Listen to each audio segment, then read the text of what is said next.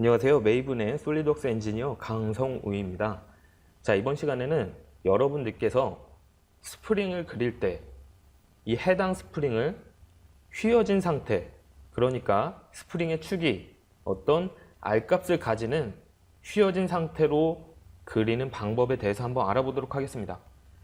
자, 여러분들께서 일반적으로 직선 형태의 세워져 있는 스프링은 많이 그려보셨겠지만 어떤 특수한 상황에 의해서 휘어져 있는 스프링을 그려야 할 때가 있으실 겁니다.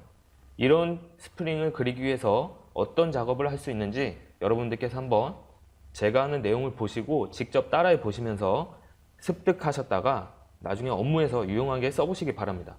기본적으로 휘어진 스프링을 그리기 위해서는 우리가 곡선에 나선형 곡선을 사용하는 게 아닙니다.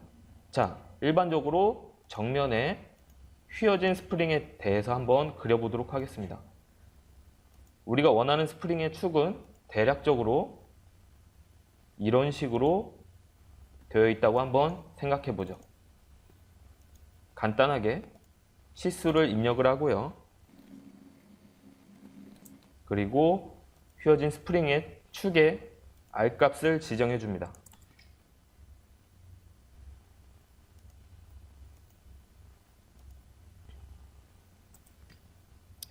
자, 이렇게 스케치가 완료가 되었고요. 이런 축을 가지는 스프링을 그리고 싶은 거죠.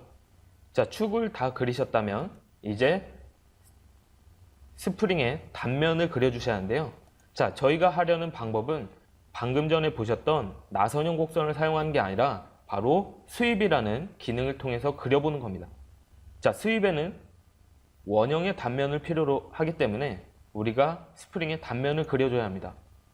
자, 여러분들께서 익히 알고 계시겠지만 2016 버전에서는 스프링의 단면을 원형으로 할 경우에는 굳이 원형 단면을 그려주지 않아도 된다는 사실을 알고 있을 겁니다. 하지만 저희가 사용하려는 스윕의 기능은 단순하게 원형 단면을 가지고 경로를 이동하는 단순한 형태가 아니라 경로를 통해서 꼬여서 올라가는 형태로 그릴 거기 때문에 여러분들께서 이 단면을 꼭 그려주셔야 합니다. 자, 다시 한번 새로운 스케치로 정면에 그려주도록 하겠습니다. 원형의 단면을 이렇게 바닥면으로부터 한번 그려주도록 하죠.